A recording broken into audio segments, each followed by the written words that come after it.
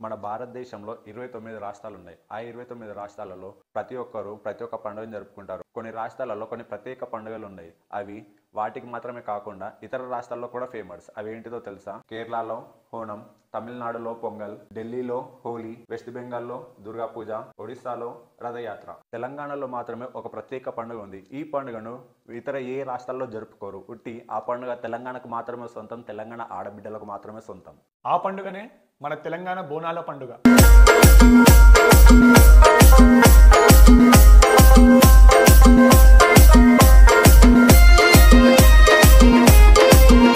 ఈ యొక్క బోనాల పండుగ మన తెలంగాణలోనే మాత్రం ఎందుకు జరుపుకుంటారో మీకు తెలుసా?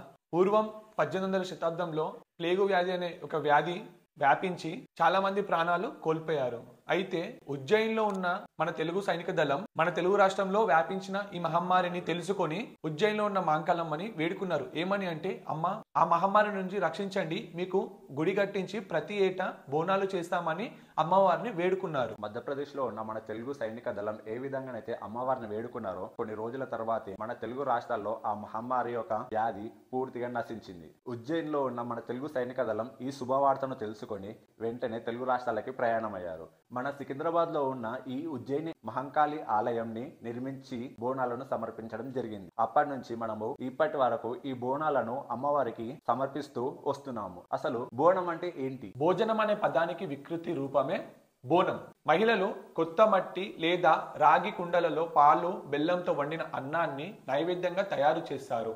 ఆ కుండలను పసుపు, కుంకుమ, వేపాకులతో అలంకరించి తలపై పెట్టుకొని డప్పు చప్పుల మధ్య ఊరేగింపుగా ఆలయానికి బయలుదేరుతారు. ఆషాఢ మాసంలో అమ్మవారు తన పుట్టింటికి వస్తుందని భక్తులందరూ నమ్మి నైవేద్య రూపంలో అమ్మవారికి ఒక బోనం ప్రతి ఏటా సమర్పిస్తారు. బోనాల పండుగ భక్తి, కృతజ్ఞత మరియు తెలంగాణ సాంస్కృతిక వైభవానికి ప్రతీకంగా నిలుస్తుంది. కొత్తగా పెళ్ళైన కూతురు ఏ విధంగానైతే పుట్టింటికి ఆషాఢ మాసంలో వస్తుందో ఆ విధంగానే అమ్మవారు కూడా ఆషాఢ మాసంలో పుట్టింటికి వస్తుందని భక్తులందరూ నమ్మి ఈ బోనాన్ని అమ్మవారికి ప్రేమగా నైవేద్యంగా సమర్పిస్తారు.